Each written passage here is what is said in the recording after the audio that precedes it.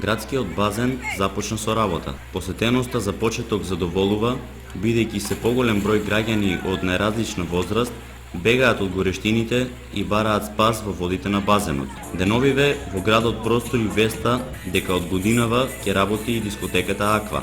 За тоа колку се вистинити ваквите најави, одговор побаравме од комуналното јавно предпријатие Водовод во Кочани. Градскиот базен почна со работа од понеделникот овој понеделник и како секоја година организатор на сите тие работи е комуналното јавно предпријатие преку своите вработени и адекватните служби.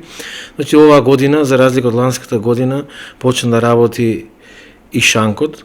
Значи можат сите посетители да се освежат со алкохолни и безалкохолни пијалаци, воедно работи и синдвичарата. Комуналното јавно предпријатие покрај тоа се потружи да ги освежи и хортикултурно уредување со цвеќе на базентот, со во функција ставење на двата мали базенти, каде што можат и малата популација да се освежуваат со своите родители. Ќе бидат поставени повеќе клупи во оние сенките каде што се видејќи тоа представува едно катче за разонода и на возрастните, не мора да биде само на оние помладата генерација.